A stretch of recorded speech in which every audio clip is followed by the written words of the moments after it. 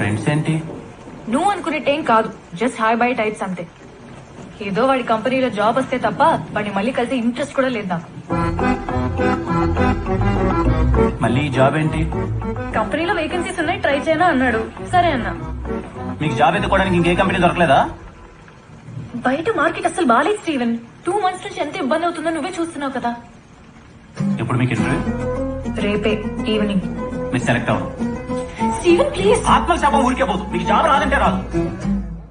Congrats. మొత్తానికి interview అయితే crack చేసేసావు, అది కూడా 25 lakhs per annum. Crazy. Super bro, మమ్మల్ని కూడా రిఫర్ చేయొచ్చుగా, అంటే ఒక్కొక్కరు షిఫ్ట్ అయిపోతుంది. నెక్స్ట్ టైం పక్కా ట్రై చేస్తా బ్రో.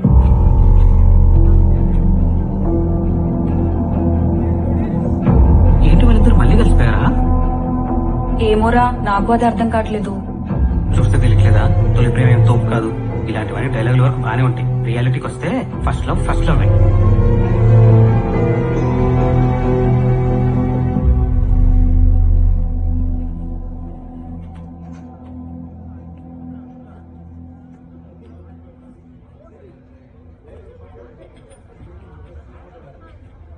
సారీ స్టీవెన్, జాబ్ వచ్చిందని మనోళ్ళు పార్టీ అంటే రెఫర్ చేసిన తనే కదా అని రమ్మన్నా.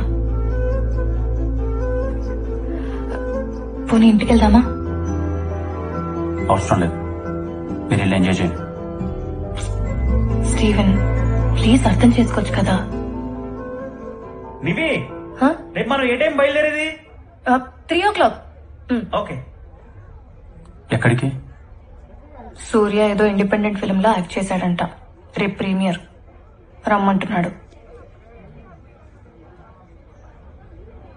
వెళ్దాం కదా. నేను రాను, మీరు వెళ్ళండి.